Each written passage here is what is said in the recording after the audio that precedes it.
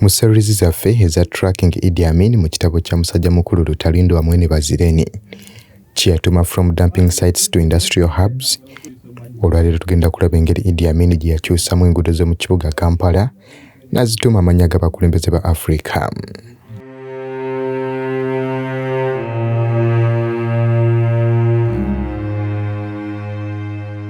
Emikolo gya Labour Day egy'omwaka gwa 1972 musajja mukulu Idi Amin yasalawo gibeere nga gikwatirwa ku King's Sport. Era nga ku mikolo gino Idi Amin yawaawaza amatu g'ensi yonna bwe yalangirira nga bwe bagenda okuteekawo ekibumbe. Ku kifo kino emikolo we gyali nga bajjukira Adolf Hitler eyali omukulembeze w'eggwanga erya Germany eyalagira obukadde n'obukadde bw'abajju battibwe mu ssematalo owookubiri. Mu speech ye Idi Amin yatendereza Hitler olw'okubeera omusajja ow'amaanyi n'ekikolwa kye yakola eky'okulagira abajju battibwe.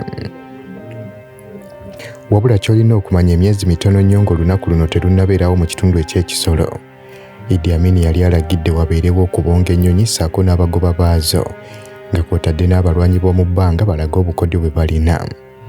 Era ng'emikolo gino gyali ku kisawe ky'e Nalusinza, naye nga ba-paratroopers bano baali batendekebwa n'abajjo mukadde ako nga bakyali ba mukwano ne musajja mukulu Idi Amin.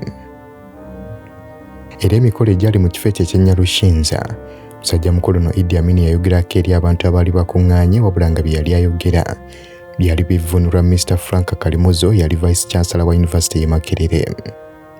Amin ono yagenda maaso n'okutendereza paratrooper Lieutenant Jack Bunyenyezi eyali enzaalwa y'omu kitundu ekyo. Era nga ku mukolo guno Idi Amin yalangirira nga bw'ayongedde Bunyenyezi ranka okutuuka ku Lieutenant Kano, era bw'atyo n'amufuula komanda w'essomero ly'aba-paratroopers ku Lubiri. Wabula emyezi mitono nnyo ng'emikolo gino giwedde, Frank Kalimuzo ono yabuzzibwawo era nga teyaddamu kulabika. Idi Amin bwe yali ng'ava mu kitundu ekya Kisolo yaggulawo Highland Hotel mu tawuni ey'e Kabale, nga hoteri eno yali ya musawo w'ebisolo amanyikiddwa ennyo Dr. Batuma. Era mu kitundu eky'e Kabale Idi Amin ono yatongoza factory y'emisumaali eyali yasse mu Lugarama. Idi Amin ne we buli kati abantu bakyamwogerako okubeera nti ye mukulembeze yatambulanga nga talina bukuumi nga bakulembeze balala. Ono yalabikiranga ku nguudo z'omu kibuga Kampala ng'atambula nga yenna musanyufu nga bw'ayogera ku ebyo ebirungi bye yabeeranga akoze. Okugeza ng'okugoba abayindi amaduuka n'agabwa bannansi. Era nga bwe yatambulanga ku nguudo z'omu Kampala abawagizi be baalabira ddala ng'omuzira waabwe atalina kyatya okuggyako Katonda yekka. Ate ku lunaku President Idi Amin lwe yasisinkana President w'e Rwanda Juvenal Habyarimana baali ku kisaawe ky'ennyonyi Entebbe wabula nga Idi Amin yagenda avuga akagaali. Ono okuvuga akagaali yali ayagala kulaga President w'e Rwanda nti Uganda terina mafuta, nga mukadde ako byali byogerwa nti gavumenti ya Idi Amin yawambye amafuta g'e Rwanda. Era okuva olwo bannayuganda bangi baatandika okuvuga obugaali okwefaananyiriza President Idi Amin. Wabula yadde nga kigambibwa nti ono yatambulanga nga talina bukuumi, naye ab'ebyokwerinda be baabeerangawo mu bitundu nga balina gadgets zaabwe ze baakozesanga okulondoola embeera. Omulundi gumu Idi Amin yali atambula ku nguudo z'omu kibuga Kampala n'asalawo enguudo zino zigibweko amannya g'abantu be yayitanga abanyuunyunsi zibeere nga zituumibwa abazira b'oku lukalu luno olwa Africa. Era ng'agamu ku mannya ge yakyusa kwe kwali Harcourt Avenue gye yatuuma Kimathi Avenue, nga Kimathi yali muzira mu ggwanga erya Kenya naddala bwe baali nga bafuna obwetwaze. Salisbury yasalawo lituumibwe Nasser Road ng'ono yali President w'eggwanga erya Egypt. Rosebury n'asalawo lubeere nga lutuumirwa Nkrumah, nga Nkrumah ono yali President yasooka w'eggwanga erya Ghana. Queens Road e Nakasero ono yasalawo lubeere nga lutuumibwa Lumumba Avenue, nga Lumumba ono ye yali Prime Minister yasooka w'eggwanga erya Democratic Republic of Congo. Enguudo endala era yali alagidde zikyusibwe zibeere nga ziteekebwako abaali abakulembeze mawanga ag'enjawulo ku lukalu luno olwa Africa. Era nga Makindye Road yali alagidde lutuumibwe Mobutu, nga Mobutu yali President w'eggwanga erya Zaire. Aridina Vislam Road yali alagidde lubeere nga lutuumibwe yali President wa Central African Republic Jean Badel Bokassa. Makinoni Road ono n'alagira lubeere nga lutuumibwa Said Barre Avenue, ng'ono yali President wa Republic of Somalia. era nga Idi Amin we yalagirira bino yali yakamala okukyusa Obote Avenue n'amutuuma Parliament Avenue. Ate z'ennyanja eziri mu Western Region kule ya Edward Sako ne George, Idi Amin yali alagidde bazitume Mobutu Sese Seko Sako Idi Amin. Ng'ogyeko ekyokubira nti Idi Amin yatambulanga mu kibuga Kampala nga talina bakuumi Sako n'okwevuga mu mmotoka mu bitundu eby'enjawulo eby'eggwanga. President Idi Amin ono era yettaniranga nnyo ebyemizannyo.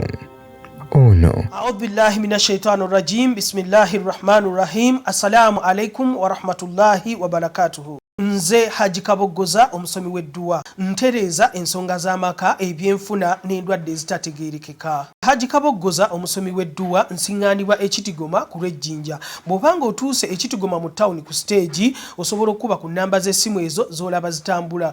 Gwe wenna ali ewala oyinza okuyita ku mukutu gwaffe ogwa WhatsApp ku layini eyo eya MTN obudde bwonna mbeerako. Ono kinajjukirwa nti yaliko omukubi w'ebikonde mu myaka gye egy'ekivubuka ate ng'era teyakomanga kwagala bikonde ssaako n'emizannyo emirala. Aba Uganda Motor Club bwe baateekateeka okuvuga emmotoka z'empaka mu biseera nga Uganda eri mu kuteekateeka kutuuza abakulembeze okuva ku lukalu lwa Africa mu Organization of African Unity Meeting, musajja mukulu ono Idi Amin naye yavaayo n'ategeeza nti ayagala okwetaba mu mpaka ezo. Abantu bangi bajja okubeera nga bayimirira ku nguudo z'omu kibuga Kampala okulaba engeri Idi Amin gy'abongamu ebyuma. Lutalindwa agamba nti ye yayimirira ku nkulungo ya Grand Hotel ssaako ne Standard Chartered Bank okusobola okubeera ng'alaba Idi Amin eyali mu mmotoka y'ekika kya Citroen Maserati. Nti wabula ekkoona lino lyatawanya President Amin nga kino kye kyaleetera musajja mukulu Amos Nyezi eyali omuvuzi w'emmotoka Nakingo okubeera ng'amuyitako. Era ku nkomekerero ya Laale nga ziwedde emikolo gy'okulangirira abawanguzi gyali ku Uganda International Conference Center balangirira Nyezi ono ku buwanguzi. Era bw'etyo ne Radio Uganda nerangirira nga musajja mukulu Idi Amin bwe yeetabye obutereevu mu mpaka zino bwe wawonga ebitundu ebyesuululidde tebaamulabyeko baasinga kumulabira Kampala. Era musajja mukulu ono Lutalindwa ajjukira nnyo mu 1974 Uganda bwe yateekateeka All African Boxing Championship. Ku mpaka zino ez'akamalirizo musajja mukulu Lutalindwa yayitibwa okubeera omu ku ba Ushers era ng'ono yasalawo okuleeta kitaawe yali azze okumulambulako mu Kampala. Mu bamu ku baali bagenda okusanyusa abalabi kwe kwali ne President Idi Amin era nga ye yali omugenyi omukulu. Idi Amin y'omu ku abo abaali balina okuzannya enzannya ezigenda okusanyusa abantu nga yali waakulwana ne Mr. Grace Seruwaji yali omutendesi wa ttiimu y'eggwanga ey'ebikonde. Amin ne Seruwaji bano baali bakubi ba bikonde myaka gya 5 era nga mu kulwana kuno Idi Amin yajja yeetegekedde ddala bulungi nga emmotoka y'olwatuuka ono yavaamu buvi n'ayingira ringi okubeera ng'alwana ne Seruwaji yali amulinze kumpi eddakiika 3. Olwayingira ringi teyalinda akadde kavuge yatandikirawo okubeera ng'akasuka ebikonde eri Seruwaji. Seruwaji ono baamuweerezanga ebikonde wabula ng'abyepena kyaddaaki kyavaamu omulundi gumu ne yeesula wansi bw'atyo Idi Amin n'alangirirwa ku buwanguzi.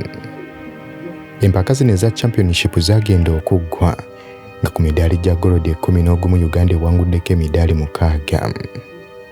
Idi Amin era yeenyigiranga ne mu kusamba omupiira ng'emirundi 2 yeenyigira mu kusamba omupiira mu kisaawe ky'Ennakivubo era nga ttiimu ya Idi Amin ye yawangulanga ng'era Idi Amin ye yasinganga okutebanga amagoolo amangi. Wabula teyakomanga bukomi mu kugusamba. Omulundi gumu Simba Army Football Club yali eri mu kusamba Express FC. Idi Amin ono n'ayingira ekisaawe ng'ekitundu ekisooka kiwedde. Ono olwayingira yasikayo ddoolo omutwalo mulamba n'ategeeza nti omuwanguzi yagenda okugutwala. Kyokka eddakiika 9 kyagenda okuggwako nga tewali alengedde katimba ka munne era nga tekyategerekeka obanga ssente yazibawa oba yazisigaza.